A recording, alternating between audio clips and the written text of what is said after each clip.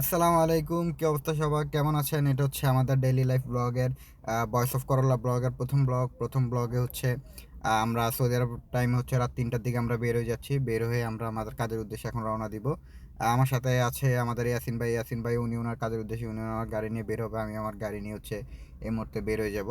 তো আমাদের যে প্রথম ব্লগ সেটা হচ্ছে আপনারা যদি সাপোর্ট আর আমাদেরকে পাশে থাকেন এবং আমাদেরকে যদি আপনারা সাজেস্ট করেন কী রকমের কেমন ব্লগ আপনারা দেখতে পছন্দ করেন, আমাদেরকে যদি শেয়ার করেন আমরা হচ্ছে প্রত্যেকদিন ওইরকম টাইপের কিছু ব্লগ ভিডিও আমরা আপনাদের কাছে নিয়ে আসবো।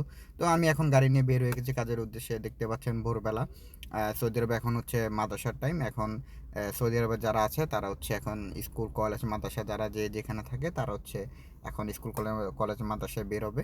তো এর আগে হচ্ছে 4টা বেজে গেছে, তো এখন তেমন একটা গাড়ির যানজট নেই।